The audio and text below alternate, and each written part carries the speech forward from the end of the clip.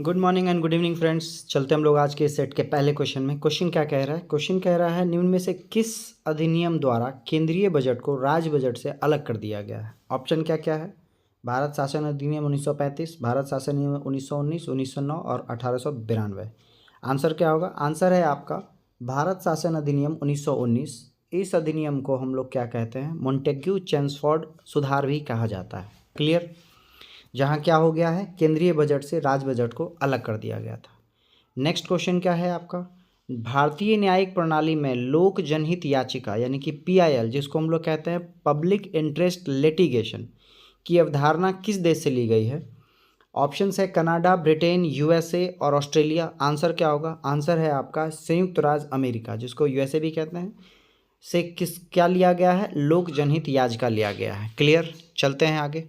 Next question है राज्य पुनर्गठन से संबंधित JVP समिति ने कब अपनी सिफारिश पेश की? देखिए सेकंड लास्ट सेट में या लास्ट सेट में भी आप लोगों को पढ़ाया था मैंने कि जो भाषा से संबंधित राज्य पुनर्गठन था वो टोटल 3 कमेटी बनी थी। एक था आपका SK धर कमेटी, ठीक है, सबसे पहला यही बना था जो संविधान सभा में था, भाषाई आधार पर राज्यों का पुनर्गठन। सेकेंड नंबर आपका था क्या?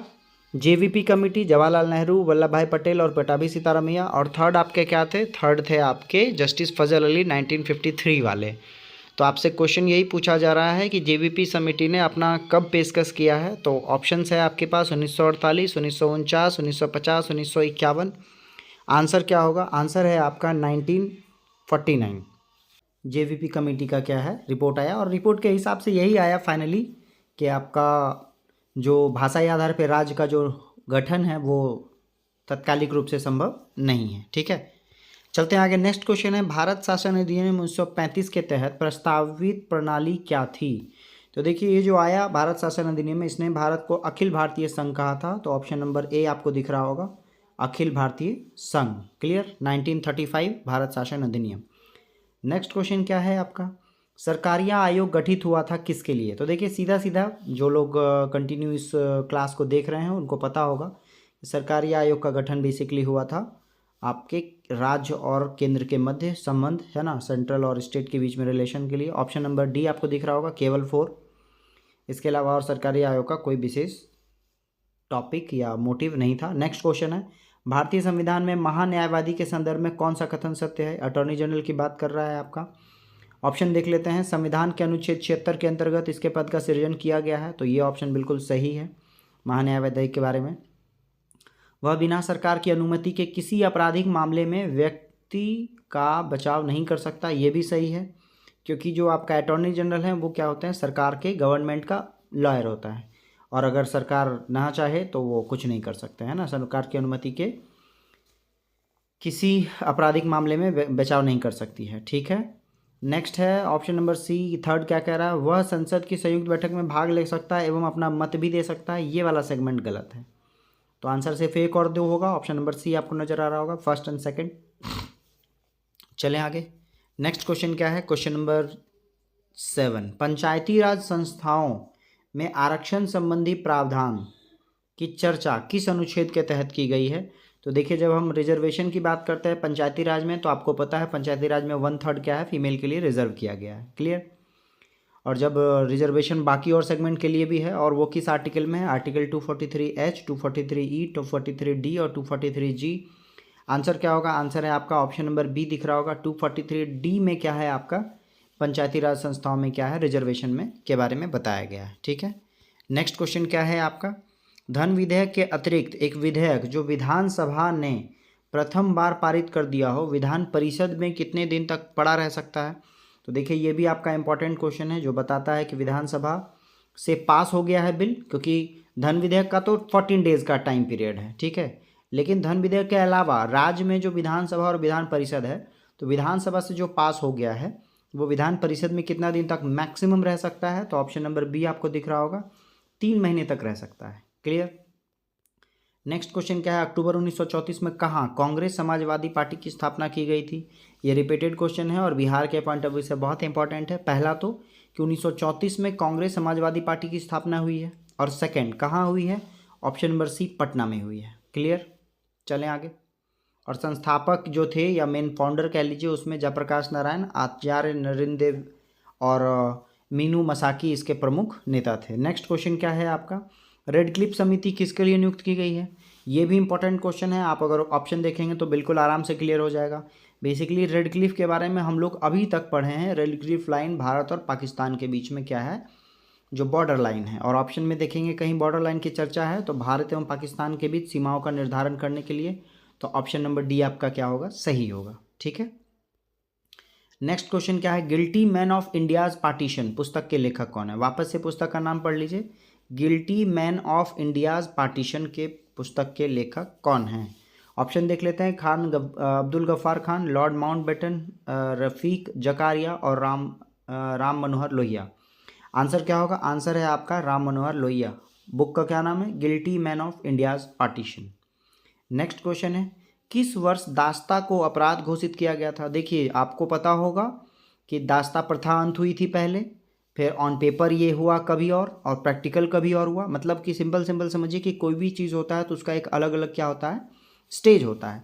फाइनली जो अपराध घोषित हो गया ऑन पेपर वो है, ऑप्शन नंबर देख लेते हैं हम लोग, 1860, 1858, 1789 और 1833। तो आंसर क्या होगा, 1860 में फाइनली ऑन पेपर लिखा गया कि हाँ जो आपका दास्ता प्रथा है वो बिल्कुल क्या है, अपराध है। क्लियर।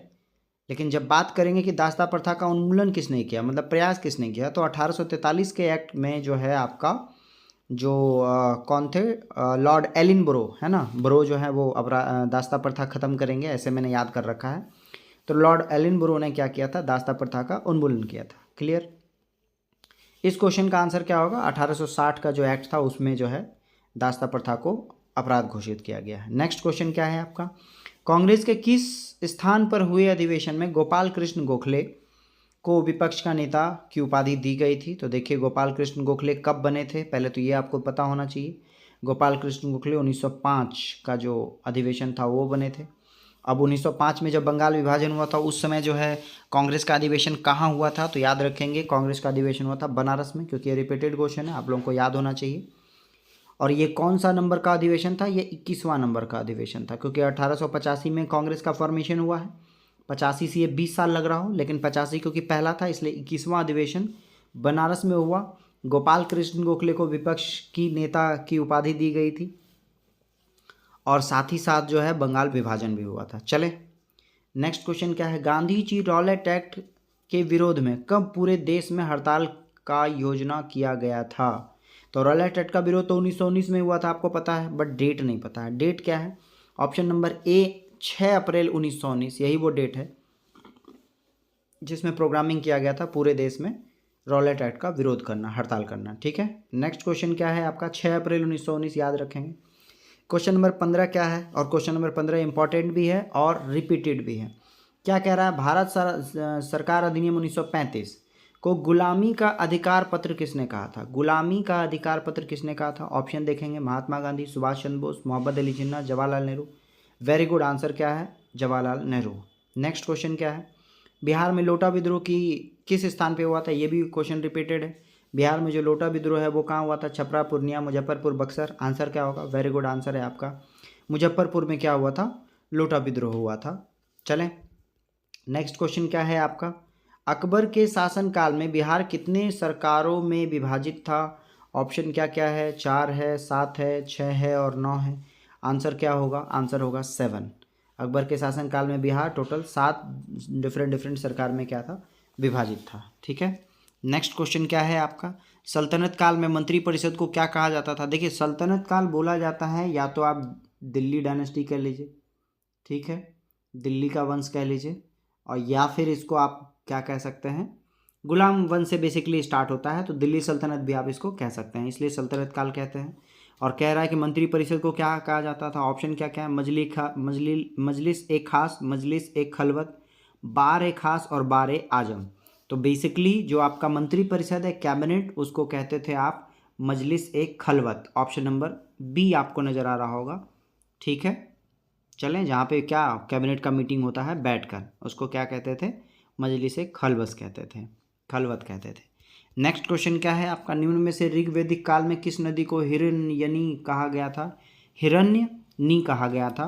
ऑप्शन क्या क्या है, सरस्वती, सिंधु, सतलज और यमुना। आंसर क्या होगा, हिरण्यनी जो है वो सिंधु नदी को कहा गया है ऋग्वैदिक काल में। क्लियर। लेकिन सबसे पवित्र नदी जो है वो कौन थी? सिंधु जो आपका ऋग्वैदिक काल था उसमें सरस्वती जो है उसको सबसे पवित्र नदी माना गया था। क्लियर। चलें आगे। नेक्स्ट क्वेश्चन क्या है? भगवान महावीर का प्रथम अनुयायी कौन था? तो जब बात करते हैं भगवान महावीर का तो आपको पता होगा ये जैन धर्म के ये उपासक थे, या बोलिए कि जैन धर्म के आखिरी कौन सा 24वें तीर्थकर थे, 24th तीर्थकर थे जैन धर्म के। कौन? महावीर, भगवान महावीर। और आपसे पूछ रहा है कि प्रथम अनुयायी, जो प्रथम अनुयायी थे वो इन्हीं के दामाद थे। और दामाद का क्या नाम था? ऑप्शन नंबर सी आपको दिख रहा होगा, वेरी गुड, जामिल नाम था। जब बात करते हैं महावीर का तो याद रखिएगा महावीर का जन्म कब हुआ है? तो 540 BC में हुआ है। और 540 BC कहाँ? कुंडलग्राम वैशाली में हुआ है। क्लियर। चलें आगे। नेक्स्ट क्वेश्चन क्या है आपका? जब ग्रीनविच में दोपहर के 1 बजा हो तो उस समय भारत का मानक समय क्या होगा? देखिए जब बात करते हैं ग्रीनविच से भारत को कंपेयर जब किया जाता है, भारत को कंपेयर किया जाता है तो पता है कि भारत जो है वो 5.5 घंटा आगे है। ये आपको समझना है। आगे का मतलब जितना बज रहा है उसमें ऐड कर लीजिए। तो आपको कह रहा है कि दोपहर का 1 बजा है तो 1 में 5.5 घंटा जोड़ेंगे तो क्या होगा? 6.5 हो जाएगा। दोपहर बोला है मतलब शाम में 6.5। तो ऑप्शन में देखिए शाम के 7:30, ये गलत है। शाम के 6:30 बजे हैं। ये आपका आंसर क्या है? सही है। क्लियर। चलते हैं आगे। नेक्स्ट क्वेश्चन क्या है? पृथ्वी की अपनी अक्ष में सूर्य के निकटतम दूरी को क्या कहते हैं? ऑप्शन है एपीहिलन, पेरिहिलन, एपोगी और पेरिगी। तो सूर्य से जो निकटतम दूरी है उसको हम लोग कहते हैं पेरिहिलन, जिसको हिंदी में कहा जाता है उपसौर। क्लियर। ये क्या है? सूर्य और पृथ्वी की निकटतम दूरी है, यानी कि पृथ्वी सूर्य के करीब आता है इसी टाइम सबसे कम। नेक्स्ट क्वेश्चन है दक्षिण भारत का सर्वोच्च शिखर का क्या नाम है? ये भी क्वेश्चन रिपीटेड है और आई होप सो आप लोगों को सबको पता होगा। ऑप्शन क्या है? टोडा बेटा, महेंद्रगिरी, महाबलेश्वर और अन्नाईमुड़ी। तो आंसर क्या होगा? आंसर है अन्नाईमुड़ी जो है दक्षिण भारत का सर्वोच्च शिखर का नाम है। क्लियर। चलें आगे। नेक्स्ट क्वेश्चन क्या है? निम्नलिखित में से कौन सी नदी भ्रंश घाटी से प्रवाहित होती है? तो देखिए भारत में टोटल 2 नदी है जो भ्रंश घाटी से प्रवाहित होती है। कौन कौन सा? एक तो नर्मदा है और दूसरा कौन सा है? दूसरा है ताप्ती है। क्लियर। नर्मदा ऑप्शन नंबर ए आपको दिख रहा होगा, भ्रंश घाटी से करती है। साथ ही साथ जान लीजिए कि नर्मदा का जो उद्गम स्थल है वो कहाँ है? वो है अमरकंटक का पठार। ठीक है, कहाँ? अमरकंटक। साथ ही साथ नर्मदा ऐसी नदी है जो कि अरब सागर में गिरती है, ये भी आप ध्यान में रखिएगा। अरब सागर में गिरती है मतलब कि दूसरी ओर, पीछे की ओर चलती है, यानी कि ऐसी नदी है जो पश्चिम की ओर इसका प्रवाह है। बाकी मैक्सिमम नदी क्या है? पूर्व की ओर प्रवाह होता है जो बंगाल की खाड़ी में गिरती है। क्लियर। आंसर क्या होगा? भ्रंश घाटी से कौन बहती है? नर्मदा नदी। नेक्स्ट है क्वेश्चन नंबर 25। क्या कह रहा है? ये कह रहा है सूची को मिलाना है समुद्र धारा और महासागर। तो देखिए अब इससे रिलेटेड हम लोग मैप देखेंगे। पहले तो मैं इसमें से कुछ बता दूं आपको। इसमें से सबसे पहला मुझे बताना है आपको कौन सा? वो है आपका एल नीनो धारा। जो एल नीनो है और ला नीनो है वो बेसिकली है कहाँ? तो हम लोग इसको मैप में देखेंगे, लेकिन मैप में इसका मेंशन जनरली होता नहीं क्योंकि टाइम टू टाइम है। बाकी सारा जो धारा है वो क्या है? रेगुलर चलता है। तो रेगुलर चलने वाली धाराओं को देख लेते हैं। सबसे पहले एगुलहास धारा है, वो हिंद महासागर में है। तो पहला का पहला आपको सी का ये देखिए ये नज़र आ रहा है, सी नंबर। फिर क्या है आपका जो एल नीनो है वो कहाँ है? दक्षिणी प्रशांत महासागर में। ठीक है। फिर क्यूरेशिया जो है वो कहाँ है? वो उत्तरी प्रशांत महासागर में।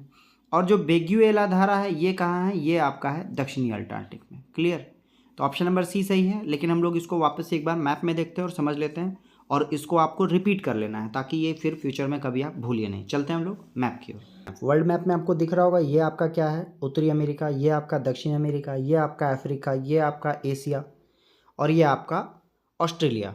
तो सबसे पहले मैं आपको बता दूं कि अल नीनो जो धारा प्रवाह है वो बहता कहाँ है? वो याद रखिएगा ऑस्ट्रेलिया के पूर्व में और अमेरिका के पश्चिम में। ये जो एरिया है नीचे वाला एरिया, यहाँ पर आपका क्या है? अल नीनो प्रवाह है।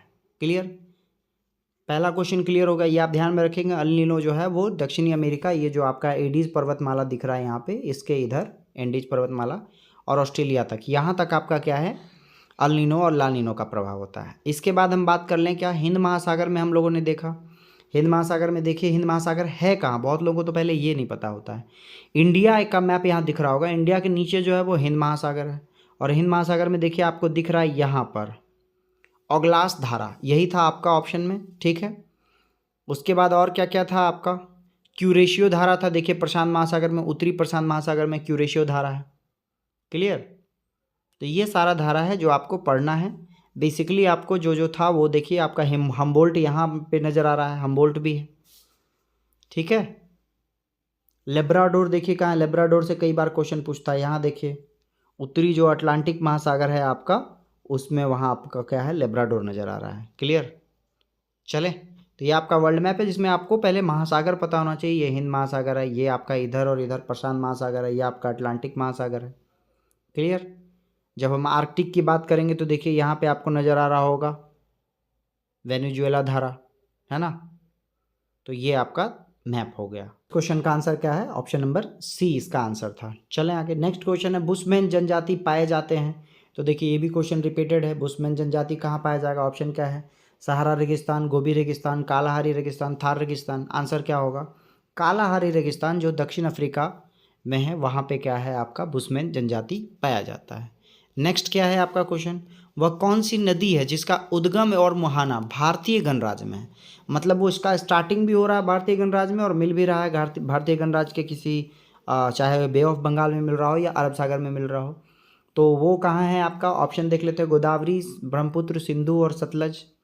तो आंसर क्या होगा आपका, आंसर होगा आपका गोदावरी, क्योंकि ये तीनों नदियाँ क्या है उत्तर भारत की हैं और इसका स्टार्टिंग भी बाहर से है, इसका भी बाहर से, इसका भी बाहर से, सिर्फ गोदावरी कहाँ है आपका एमपी से निकलती हैं, ठीक है। और गोदावरी जो है वो एमपी से होते हुए जाती है और याद रखिएगा इसको हम लोग क्या कहते हैं, दक्षिण गंगा भी कहा जाता है गोदावरी को, ठीक है। चलें आगे, नेक्स्ट क्वेश्चन क्या है, प्रमुख मत्स्य क्षेत्र ग्रैंड बैंक जो है वो कहाँ स्थित है।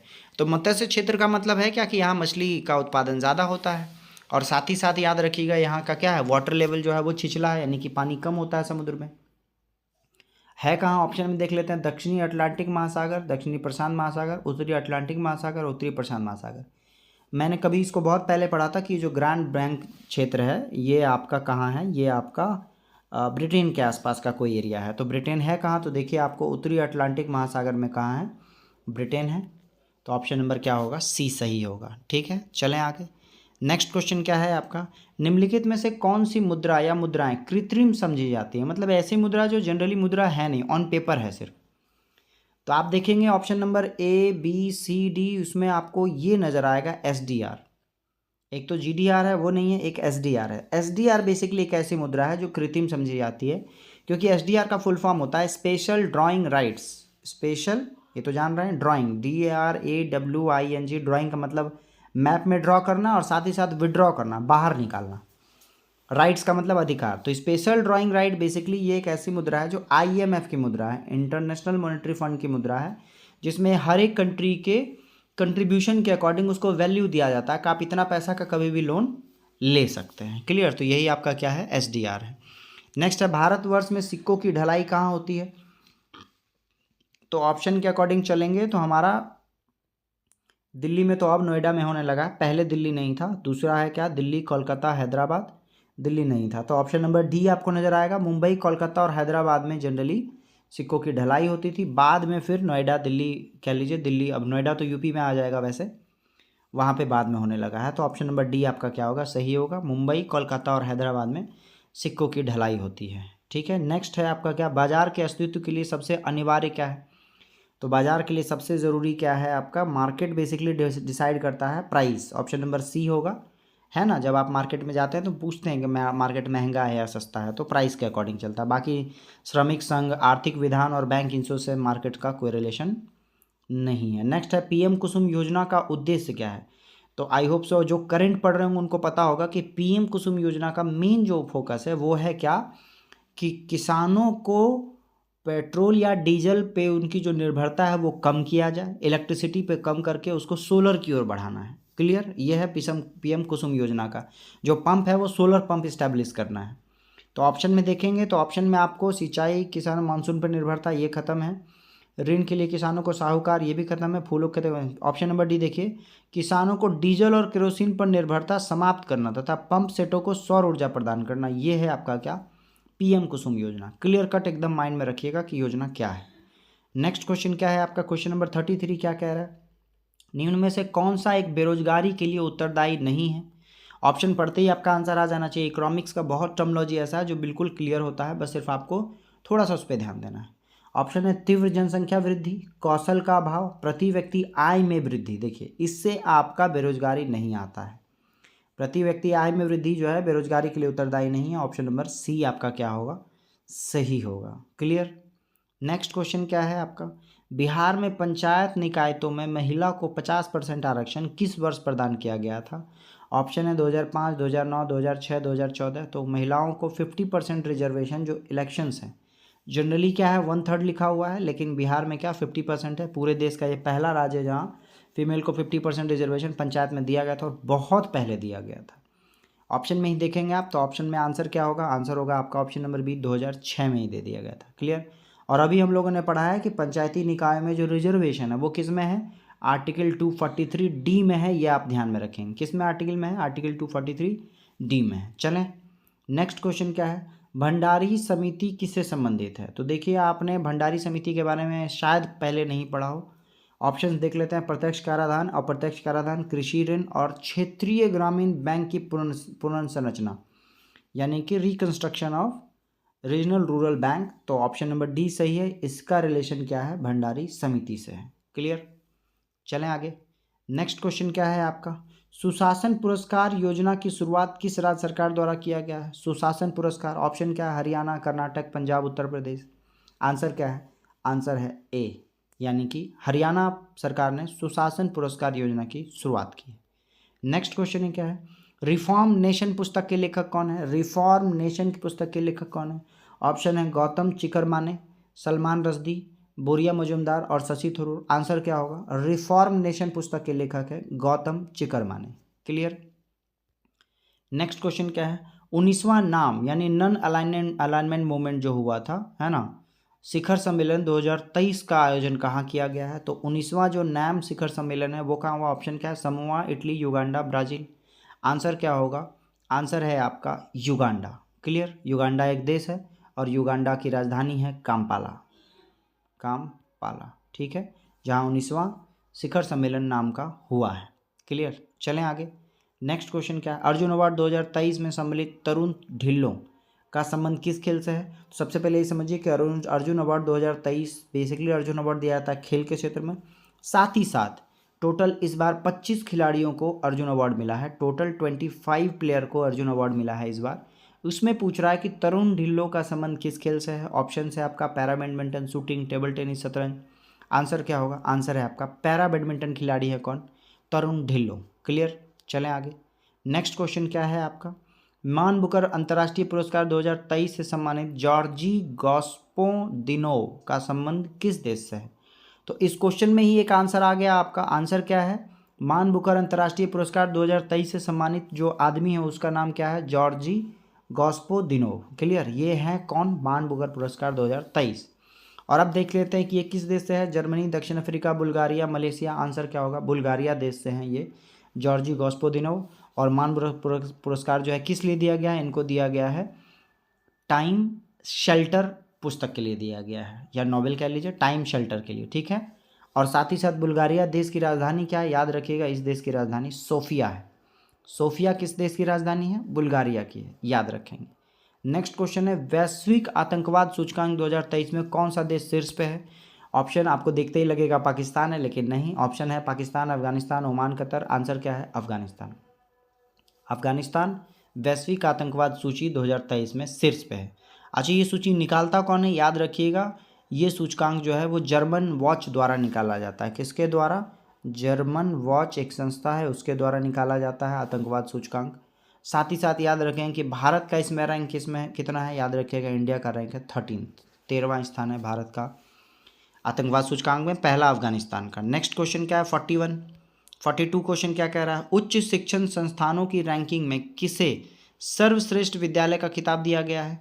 तो सर्वश्रेष्ठ विद्यालय का खिताब किसको दिया गया है, IISc बेंगलुरु, ठीक है, Indian institute of science Bengaluru को जो है सर्वश्रेष्ठ विश्वविद्यालय का खिताब दिया गया है।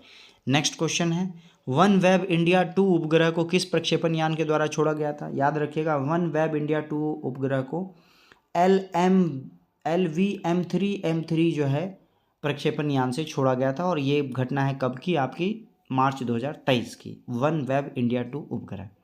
नेक्स्ट है, पपुआ न्यू गिनी के नए प्रधानमंत्री कौन बने हैं? ऑप्शन है जेम्स मॉरेप, सी राबुका, क्रिस हिप्किन और एनी मिशेल। आंसर क्या होगा? पपुआ न्यू गिनी के जो प्रधानमंत्री बने हैं वो बने हैं जेम्स मारेप। क्या बने हैं? जेम्स मारेप बने हैं पपुआ न्यू गिनी के प्रधानमंत्री। अच्छा, पपुआ न्यू गिनी की जो राजधानी है वो कौन सा है? वो याद रखिएगा, राजधानी है पोर्ट मोरेस्बी। क्या है? पोर्ट मोरेस्बी है पपुआ न्यू गिनी की राजधानी। नेक्स्ट क्वेश्चन है, एशियन गेम्स 2023 में भारतीय महिला कबड्डी टीम ने कौन सा पदक जीता? ऑप्शन है स्वर्ण, कांस्य, रजत, कोई नहीं। तो भारतीय कबड्डी महिला टीम ने एशियन गेम्स में स्वर्ण पदक जीता है। ठीक है, और किसको हरा कर जीता है? याद रखिएगा, चीन को, देश को हराकर, चीनी यानी कि चीनी ताइपे को हराकर जो है स्वर्ण पदक जीता है एशियन गेम्स में कबड्डी टीम ने। नेक्स्ट क्वेश्चन है, चंद्रमा पर सॉफ्ट लैंडिंग करने वाला भारत विश्व का कौन सा देश बना? ऑप्शन में जैसे ही पहला दिखेगा लोग मारेंगे और आ जाएंगे, गलत हो जाएगा। चंद्रमा पर सॉफ्ट लैंडिंग बोल रहा है तो आंसर क्या होगा? चौथा देश बना है भारत। क्लियर? और अब बात कर लेते हैं, जब चंद्रमा पे कोई पोलर रीजन पे बात करेगा तो पोलर रीजन पे आ जाएगा आपका पहला देश। ठीक है। अच्छा, ये लॉन्च कब हुआ था? याद रखिएगा, ये 14 जुलाई 2023 को लॉन्च हुआ है, 14 जुलाई को। और पहुंचा कब? तो पहुंचा 24 अगस्त, यानी लगभग 1 महीना 10 दिन लगा चंद्रयान 3 को पहुंचने में। क्लियर? नेक्स्ट क्वेश्चन क्या है, पर्यावरण शब्द की उत्पत्ति किस भाषा से हुई है? ऑप्शन है अरबी, लैटिन, जर्मन, फ्रेंच। पर्यावरण यानी कि एनवायरनमेंट जो वर्ड है वो बना है बेसिकली फ्रेंच वर्ड से, जहाँ की एनवायरनर का मतलब हो गया पड़ोसी, तो वहाँ से ये बना है ये वर्ड। याद रखिएगा, पर्यावरण शब्द किससे बना है? फ्रेंच, यानी कि फ्रेंच से बना है। नेक्स्ट क्वेश्चन है, निम्न में से कौन कृष्णा नदी की सहायक नदी नहीं है? ऑप्शंस क्या क्या है? पचगंगा, वारधा, घाट प्रभा और कोयना। आंसर क्या होगा? आंसर है आपका वारधा नदी जो है वो कृष्णा नदी की सहायक नदी नहीं है। अच्छा, जब नहीं है पता चला है तो है कौन कौन सा है पता चल गया है। पंचगंगा, घाट प्रभा और कोयना तीनों जो है वो किसकी सहायक नदी है? कृष्णा की है, ध्यान में रखिएगा। जब बात करेंगे वारधा का तो याद रखिएगा वर्धा जो है वो गोदावरी की सहायक नदी है। किसकी? गोदावरी की। नेक्स्ट क्वेश्चन क्या है, निम्नलिखित में से कहाँ सदाबहार वन पाए जाते हैं? तो ऑप्शंस है पूर्वी घाट, पश्चिमी घाट, मालाबार पठार और छोटा नागपुर पठार। तो जब हम बात करेंगे सदाबहार वन का तो ऑप्शन नंबर बी आपको दिख रहा होगा, पश्चिमी घाट में जो है वो क्या है? उष्णकटिबंधीय सदाबहार वन पाए जाते हैं। क्लियर? नेक्स्ट क्वेश्चन क्या है, लीवेरो शब्दावली का संबंध किस खेल से है? ऑप्शंस है जूडो, वॉलीबॉल, शतरंज और बास्केटबॉल। तो लीवेरो जो है वो है आपका वॉलीबॉल से। किससे है? ऑप्शन नंबर सी, वॉलीबॉल खेल से संबंधित वर्ड क्या है? लीवेरो। और टोटल कितने प्लेयर होते हैं वॉलीबॉल में? 7 प्लेयर होते हैं। नेक्स्ट क्वेश्चन क्या है आपका, नमक और रेत के मिश्रण से नमक को अलग करने का सही क्रम क्या है? तो नमक और रेत के मिश्रण में सबसे पहले उसको क्या करेंगे? उसको पानी में घुलाएंगे। ठीक है, उसके बाद उसको छन्नी से छानेंगे जिसको निष्पंदन कहता है, और फिर जो पानी बचा उसको इवेपोरेट करेंगे, वाष्पीकरण। तो ऑप्शन नंबर ए आपको दिख रहा होगा, नमक और रेत के मिश्रण को सबसे पहले हम पानी में मिलाएंगे जिससे कि बालू नहीं मिलेगा और पानी मिल जाएगा, घुल जाएगा। फिर उसको छानेंगे जिसको निष्पंदन कहते हैं, और उसके बाद उसको इवेपोरेट कराएंगे। तो इस तरह से क्या होगा? आपका नमक बाहर आ जाएगा। तो ऑप्शन नंबर क्या है? ए सही होगा। क्लियर? नेक्स्ट क्वेश्चन क्या है आपका, नेक्स्ट क्वेश्चन 52, निम्न में से कौन सा विटामिन हमारे शरीर में सूर्य की किरणों की सहायता से संश्लेषित होता है? तो आई होप सो ये क्वेश्चन ऐसा है जो आप लोगों को अच्छे से पता होगा। Option number A vitamin D, और यही आपका क्या है? आंसर है। विटामिन डी सूर्य से मिलता है हम लोगों को। नेक्स्ट है आपका स्टिल्ट रूट्स, ठीक है, मौजूद होता है। तो स्टिल्ट रूट जो है वो कहाँ मौजूद रहता है? ऑप्शन क्या है? मूंगफली, गन्ना और मक्का, चावल और आलू। तो याद रखेंगे आपका स्टिल्ट रूट जो है वो आपका गन्ना और मक्का में होता है, सॉरी गन्ना और मक्के में होता है। क्लियर? नेक्स्ट क्वेश्चन क्या है, एक आवेशी चालक पर जो आवेश होता है वो कहाँ होता है? तो जैसे कंघी को हम लोग अपने बाल में रगड़ते हैं और कंघी से जो चिपक जाता है, तो जो आवेश, जो चार्ज होता है वो ऊपर होता है उसके ऑलवेज। तो ऑप्शन है बाहरी परत, भीतरी परत, मध्य बिंदु, आसपास। तो ऑप्शन क्या होगा? बाहरी परत पे हमेशा क्या होता है? इलेक्ट्रॉन का मूवमेंट होता है। नेक्स्ट क्वेश्चन क्या है आपका, स्वपोषी में आंतरिक कोशिकाएं ऊर्जा किस रूप में संग्रहित होती हैं? यानी कि जो आपका ऑटोट्रॉप होता है, स्वपोषी का मतलब प्लांट ले लीजिए, उसमें जो कोशिकीय ऊर्जा होता है वो किस रूप में संग्रहित होता है? ऑप्शन है ग्लाइकोजन, प्रोटीन, वसा, अम्ल और स्टार्च। आंसर क्या होगा, याद रखेंगे जो स्वपोषी होता है वो अपना एनर्जी जो होता है वो स्टार्च में स्टोर करके रखते हैं। कहाँ? स्टार्च में। नेक्स्ट है आपका, निम्नलिखित में से कौन ईस्ट द्वारा अवायवीय श्वसन का उत्पाद है? अवायवीय श्वसन का मतलब समझ ही रहे होंगे, जब आप सांस बाहर छोड़ते हैं तो वो अवायवीय श्वसन होता है। तो ईस्ट का जब अवायवीय श्वसन होता है तो उसमें क्या जो है रिजल्टेंट में बाहर आता है? ऑप्शन है शराब पानी। शराब का मतलब यहाँ सीधा सीधा एल्कोहल समझिएगा, ठीक है। आपको पता है कि फर्मेंटेशन, ईस्ट के फर्मेंटेशन क्रिया के बाद हम लोग को एल्कोहल मिलता है, तो एल्कोहल इसलिए दिया हुआ है। कार्बन डाइऑक्साइड और अल्कोहल, कार्बन डाइऑक्साइड, शराब और ऊर्जा, केवल ऊर्जा। आंसर क्या होगा? कार्बन डाइऑक्साइड, एल्कोहल मतलब ऊर्जा, शराब और ऊर्जा, तीनों का तीनों मुक्त होता है अवायवीय श्वसन में ईस्ट के। नेक्स्ट है क्वेश्चन नंबर 57, क्या कह रहा है? इनमें से कौन परागन को संदर्भित करता है? परागन आपको पता होगा क्या होता है। परागन बेसिकली होता है आपका जब परागकोश से वर्तिका में पराग का स्थानांतरण होता है, मतलब ऑप्शन नंबर सी आपको दिख रहा होगा, परागकोश से वर्तिकाग्र में पराग का स्थानांतरण होता है।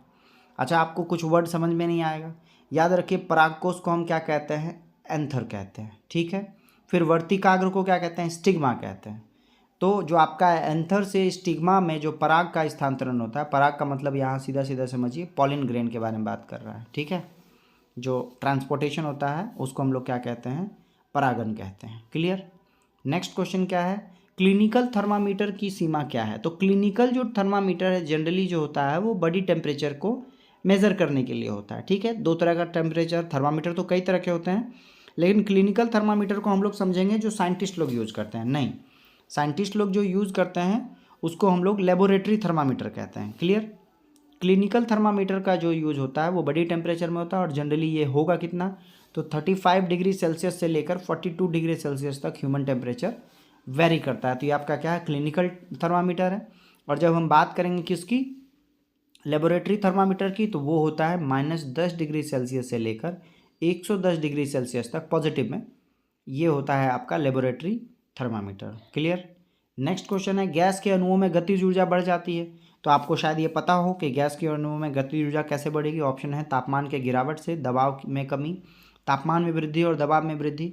आंसर क्या होगा? तापमान में वृद्धि। तापमान को अगर टेम्परेचर को अगर बढ़ा दें तो गैस के अणुओं का जो पार्टिकल्स है वो मूवमेंट बहुत तेज होने लग जाता है, तो गतिज ऊर्जा बढ़ जाती है। नेक्स्ट क्वेश्चन है, इलेक्ट्रिक हीटर में परिवर्तित होता है। तो ये भी क्वेश्चन आपको पता होगा। हीटर में क्या होता है? इलेक्ट्रिसिटी से हम कनेक्ट करते हैं और उसमें जो वायर में जो इलेक्ट्रिसिटी जाती है वो हीट में कन्वर्ट हो जाता है, थोड़ा बहुत लाइट में कन्वर्ट होता है, ठीक है। तो इलेक्ट्रिक हीटर और बल्ब में इतना ही डिफरेंस है। बल्ब जो क्या है, मेन काम उसका है इलेक्ट्रिसिटी से प्रकाश ऊर्जा में बदलना, और हीटर का काम क्या है? इलेक्ट्रिसिटी से ऊष्मीय ऊर्जा में बदलना। तो ऑप्शन नंबर डी दिख रहा होगा, विद्युत ऊर्जा को ऊष्मीय ऊर्जा में बदलता है कौन? Electric heater. नेक्स्ट क्वेश्चन 61 क्या है? ईएनटी डॉक्टर जो है वो उपयोग करते हैं कौन से दर्पण या लेंस का? तो ईएनटी डॉक्टर के सर पे एक लगा हुआ आता है लाइट, और वो क्या होता है? कॉनकेव मिरर होता है, यानी कि अवतल दर्पण होता है। जो लाइट कहीं बाहर जल रहा हो उसको यहाँ पे ला के वो एक जगह फोकस करता है, और यहाँ आपके आँख मतलब कान, गला या नाक को रखा जाता है ताकि वो क्लियर विजन दे सके। तो ऑप्शन नंबर क्या होगा? ऑप्शन नंबर बी होगा, अवतल दर्पण ईएनटी डॉक्टरों द्वारा प्रयोग होता है। नेक्स्ट है क्वेश्चन नंबर 62, क्या कह रहा है आपका? दहन एक प्रक्रिया जिसमें एक पदार्थ के साथ प्रतिक्रिया करता है। हम लोग सभी को पता है कि जलने के लिए ऑक्सीजन का होना बहुत ज़रूरी है ना। नहीं तो वो जो कैंडल है, कैंडल को अगर हम किसी ग्लास से ढक दें तो कैंडल बुझ जाता है। बहुत बेसिक ये आपका एक्सपेरिमेंट है, तो याद रखिएगा पदार्थ के साथ अभिक्रिया कौन करेगा? ऑक्सीजन करेगा, ठीक है। बिना ऑक्सीजन के जलन दहन जो है पॉसिबल नहीं है। नेक्स्ट है, पानी को जीवाणु रहित करने के लिए प्रयुक्त अधातु है। तो देखिए आपको पता होगा कि बैक्टीरिया को मारने के लिए पानी में हम लोग किसका यूज़ करते हैं? मैंने आपको शायद पहले भी एक वीडियो में बताया था कि हम लोग ब्लीचिंग पाउडर या फिटकरी का यूज़ करते हैं। जनरली ब्लीचिंग पाउडर में क्या होता है? क्लोरीन होता है। तो ऑप्शन में देखेंगे कहाँ? ऑप्शन नंबर 1 क्लोरीन दिख रहा होगा। क्लोरीन डालने के बाद जो है पानी में जो है वो जीवाणु रहित हो जाता है। नेक्स्ट क्वेश्चन क्या है? आभूषण बनाते समय समानतः सोने के साथ मिश्रित धातु है। याद रखिएगा, गोल्ड कभी भी जो आपका ऑर्नामेंट बनेगा, जब आपका जो ऑर्नामेंट बनाएंगे हम लोग, तो उसमें 24 कैरेट कभी नहीं होता है। याद रखिएगा वो हमेशा क्या होगा? 22 कैरेट होगा। सिटी ये आप ध्यान में रखें, क्योंकि 24 कैरेट जो होता है प्योर होता है गोल्ड, और उसमें हम लोग कोई भी आभूषण ऑर्नामेंट नहीं बना सकते, कुछ मिलाना पड़ेगा उसके स्ट्रेंथ को बढ़ाने के लिए। तो वो क्या मिलाते हैं? ऑप्शन में देखिए, चांदी, लोहा, जस्ता और तांबा। आंसर क्या होगा? ऑप्शन बी, तांबा, यानी कि कॉपर का यूज़ होता है सोने में आभूषण बनाते वक्त मिक्सचर करने के लिए, ताकि उसमें को थोड़ा सा स्ट्रेंथ दिया जा सके। नेक्स्ट क्वेश्चन क्या है? बोतल और जार बनाने के लिए कांच जैसी सामग्री को बदलने के लिए किस प्लास्टिक का प्रयोग किया जाता है?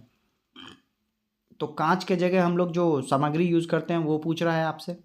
ऑप्शन नंबर क्या है? ऑप्शन नंबर ए आपका दिख रहा होगा, यही आपका आंसर है, पॉली इथाइलिन टेरेफ्थेलेट। ठीक है, पीईटी कहते हैं, पॉली इथाइलिन टेरेफ्थेलेट जो है इसका यूज़ करते हैं, कांच को रिप्लेस करते हैं बोतल और जार बनाने के रूप में। ऑप्शन नंबर ए क्या होगा? आंसर सही होगा। नेक्स्ट क्वेश्चन क्या है? किसी ध्वनि की पिच को किसके द्वारा मापा जाता है? तो ये भी क्वेश्चन आपको पता होना चाहिए।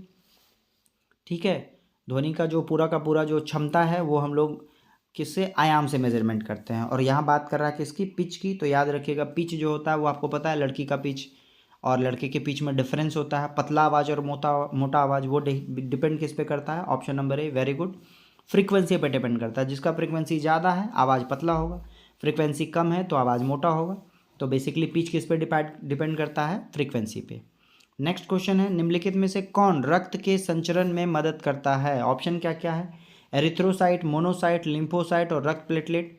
आंसर क्या होगा? रक्त संचरण में जो है मदद करता है एरिथ्रोसाइट। 67 ऑप्शन नंबर ए, एरिथ्रोसाइट रक्त संचरण में मदद करता है। नेक्स्ट क्वेश्चन है, इनमें से कौन सा बल की इकाई नहीं है? तो देखिए, बल का टोटल 3 इकाई होता है ना, आपने पढ़ा होगा। एक तो डाइन है ही, न्यूटन है ही, और पाउंड भी होता है। ठीक है, चलें आगे। तो कौन सा नहीं है? आपको पता है जूल किसका इकाई होता है? जूल जो है आपका ऊर्जा का इकाई है। तो ऑप्शन नंबर सी होगा, ऑप्शन नंबर सी आपका सही है। चलते हैं आगे। नेक्स्ट क्वेश्चन क्या है? 1 मीटर का 10 लाखवां भाग क्या है? देखिए, 10 लाखवां भाग का मतलब 10 लाख पहले लिखते हैं, इकाई यहाँ से, इकाई, दहाई, सैकड़ा, हज़ार, 10,000, लाख और 10 लाख। ठीक है, 10 लाख को, यानी कि 10 लाख को अगर मेजरमेंट में लिखेंगे 10⁻⁶, और जब इसको ऊपर लाएंगे तो हो जाएगा 10⁻⁻6। टोटल 6 जीरो है तो 6 हो गया। तो 10⁻⁻6 को हम लोग क्या कहेंगे? -6 को माइक्रो कहते हैं। तो ऑप्शन नंबर बी आपको दिख रहा होगा, माइक्रोमीटर सही है। तो याद रखिएगा, 1 मीटर का 10 लाखवां भाग को हम लोग क्या कहेंगे? माइक्रोमीटर कहेंगे। क्लियर? नेक्स्ट क्वेश्चन क्या है आपका? नेक्स्ट क्वेश्चन है, निम्नलिखित में से कौन सा एक नाभिक का भाग नहीं है? एक न्यूक्लियस का भाग नहीं है। ऑप्शन में देख लेते हैं, क्रोमेटिन, सेंट्रोसोम, न्यूक्लियस और न्यूक्लियस प्लाज्म। तो आंसर होगा आपका सेंट्रोसोम जो है वो एक न्यूक्लियस का भाग नहीं है। जब आप सेल को देखेंगे डीपली तो आपको समझ में आएगा सेंट्रोसोम न्यूक्लियस का पार्ट नहीं है। नेक्स्ट क्वेश्चन क्या है आपका? किस रसायनों के जैव आवर्धन से मानव में मीना माता और इताई इताई रोग होता है? देखिए, मीना माता जो रोग होता है वो Hg यानी कि पारा से होता है, जिसको हम मर्क्यूरी कहते हैं। और इताई इताई रोग जो होता है वो Cd कैडमियम से होता है। क्लियर? तो ऑप्शन में दिख रहा होगा, पहला ही ऑप्शन दिख रहा है, मरकरी और कैडमियम। तो मीना माता रोग और इताई इताई दोनों जो होता है किससे होता है? मर्क्यूरी और कैडमियम से होता है। नेक्स्ट क्वेश्चन क्या है आपका? निम्नलिखित में से कौन सा रोग वायु द्वारा संचारित होता है? ठीक है, तो ऑप्शन देख लेते हैं, टाइफाइड, हैजा और निमोनिया। ठीक है, एड्स, तपेदिक और निमोनिया, क्षय रोग और निमोनिया, टाइफाइड, क्षय रोग और निमोनिया। तो ऑप्शन के अकॉर्डिंग चलेंगे तो आपको दिख रहा होगा ये जो टीबी है और निमोनिया है, ये दो ऐसा रोग है जो कि वायु द्वारा संचरित होता है। ये टाइफाइड तो पानी वाला है, आपको पता होगा, दोनों पानी वाला है। तो ऑप्शन नंबर सी आपको दिख रहा होगा, क्षय रोग और निमोनिया, ये क्या है? वायु से है। नेक्स्ट है आपका, निम्नलिखित में से कौन गर्म रक्त वाले जंतु होते हैं? तो वार्म ब्लडेड जो आपका जंतु है, याद रखिएगा, वो वैसा जंतु है जो कि बाहर टेम्परेचर बदल भी जाए तो भी कोई दिक्कत नहीं, आपका अपना टेम्परेचर बना के रखता है। जैसे इंसान जो है, स्तनधारी होते हैं, वो आपके वार्म ब्लडेड होते हैं। बाहर का टेम्परेचर कितना भी हो, शरीर का टेम्परेचर का जो एक रेंज है उसी में वेरिएट करता है। क्लियर?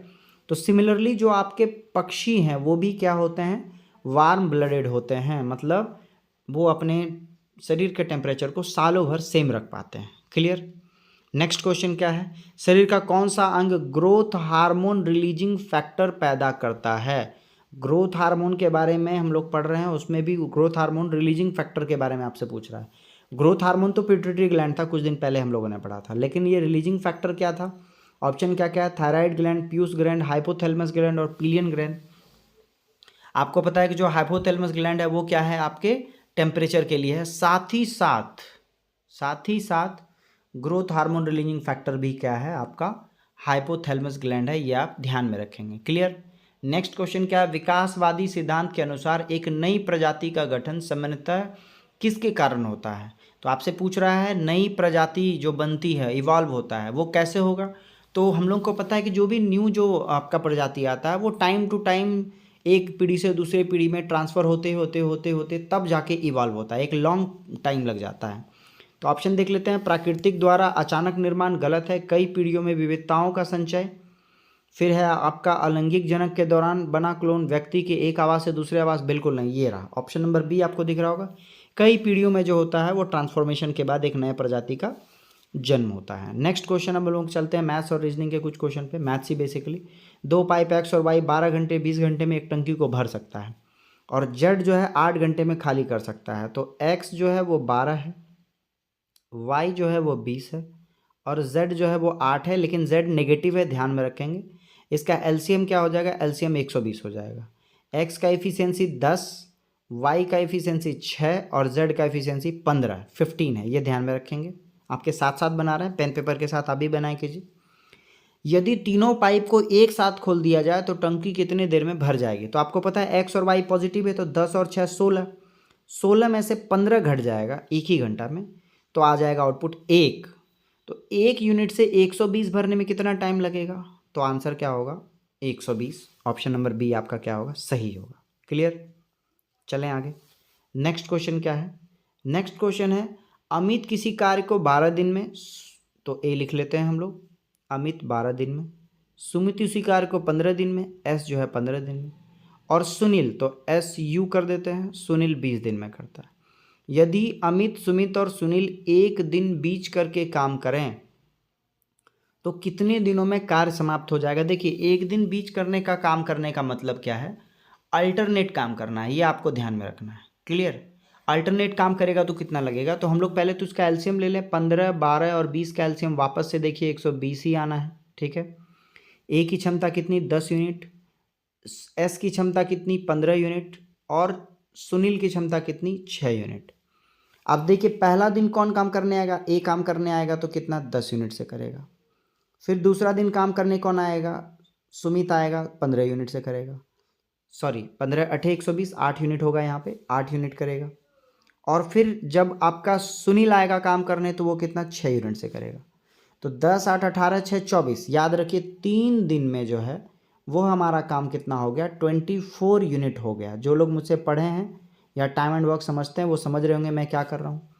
3 दिन में अगर 24 काम हो गया तो 120 काम होने में कितना समय लगेगा? आपको पता है 24 5 जार क्या होता है, 24 5 जार होता है 120, 24 5 जार क्या होता है 120। आपने 5 से गुना कर दिया तो समय भी क्या हो जाएगा, 5 से गुना हो जाएगा, तो 5 3 जार क्या होगा, 15 होगा। तो आंसर क्या है, 15 डेज में टोटल काम खत्म होगा। जब एक दिन बीच करके काम करने का मतलब अल्टरनेट काम करे, पहला दिन अमित आया, दूसरा दिन सुमित आया, तीसरा दिन सुनील आया, इस तरह से। क्लियर। आंसर क्या होगा, 15 डेज आंसर होगा। नेक्स्ट है दूध और पानी के 55 लीटर के मिक्सचर में दूध और पानी का अनुपात 8:3 है। तो जैसे ही मेरे पास 8:3 आया तो 8 3 11, 11 5 55, मतलब दूध आपका 8 5 40 है और पानी जो है 4 तिया 12 है, सॉरी 5 तिया 15 है। तो ठीक है, 5 का रेशियो आया था। अब कह रहा है इसमें कितना लीटर पानी मिला दिया जाए जिससे दूध और पानी का अनुपात 16:7 हो जाए। तो देखिए आपको कह रहा है पानी मिलाने को, मतलब दूध नहीं मिलाया है, मतलब ये जो 40 लीटर है ये 16 के बराबर है, ये समझना है। दूध नहीं मिलाया गया है, इसका मतलब जो दूध का पहला जो अमाउंट है वही जो है वो आपके 16 के बराबर है। आपको मैं बता दूं 16 को किससे मल्टीप्लाई करेंगे 40 हो जाएगा, तो 2.5 से मल्टीप्लाई करेंगे, 2.5 गुना। तो सिमिलरली अगर 7 को 2.5 से गुना कर दें तो कितना आ जाएगा, 17.5 आ जाएगा। तो पहले आपका दूध देखिए कितना था, 15 लीटर था, वर्तमान में दूध कितना है, 17.5 लीटर है, सॉरी पानी। तो पानी कितना आपने ऐड ऑन किया होगा, 2.5 लीटर ऐड किया होगा, 2.5 लीटर। देखिए ये 2.5 से गुना है और ये 2.5 लीटर है, दोनों में डिफरेंस है। तो आंसर क्या होगा, आंसर आपका 2.5 लीटर होगा। इसी क्वेश्चन को वापस से आप पेन पेपर के साथ बनाएंगे तो आपको समझ में आएगा मैंने क्या बताया आपको। क्लियर। नेक्स्ट क्वेश्चन क्या है, तीन क्रमागत सम प्राकृतिक संख्याओं के वर्गों का योग आपका 980 है, तो प्रथम संख्या क्या होगा? तो देखिए 3 क्रमागत है तो और सम संख्या है, इसका मतलब एक संख्या को हम अल्फ़ा माइनस 2 ले सकते हैं, एक संख्या को अल्फ़ा ले सकते हैं और एक संख्या को अल्फ़ा प्लस 2 ले सकते हैं। जब इन तीनों का स्क्वायर करेंगे तो इसका वाले का -2ab और इसका वाले का +2ab खत्म हो जाएगा। सीधा सीधा क्या होगा, a square plus B square. मेरी बात समझ रहे हैं? आप ऐसा कीजिए, इन तीनों का स्क्वायर निकाल लीजिएगा तो आपको समझ में आएगा मैं क्या कहूँगा। उसका अगला स्टेप क्या होगा, अगला स्टेप होगा आपका alpha square plus 4 plus alpha square plus alpha square plus 4 is equal to 980। 80 में आप क्या कीजिए, 4 4 8 घटा दीजिए तो 972 हो जाएगा। ये आपका 3 अल्फ़ा स्क्वायर हो जाएगा, 3 से इसको काट करिएगा तो 324 हो जाएगा। मतलब alpha square is equal to आ जाएगा 324। तो 324 किसका स्क्वायर है, 18 का। यानी कि जो बीच वाली संख्या है वो 18 है, उससे पहले दो जाएंगे 16 और उसके बाद दो जाएंगे तो आपका आएगा 20। क्लियर? तो आंसर क्या होगा, आंसर होगा 16। जब तक मैथ रीजनिंग को पेन पेपर से नहीं बनाएंगे एकदम क्लियर नहीं होगा मैं क्या कहना चाहता हूँ। बस आप यही समझिए कि 3 संख्या है तो एक को -2 रखिए, एक बीच वाले को अल्फ़ा और तीसरे वाले को अल्फ़ा प्लस 2 रखिए। अल्फ़ा का वैल्यू 18 आया तो -2 करेंगे तो आंसर 16 होगा।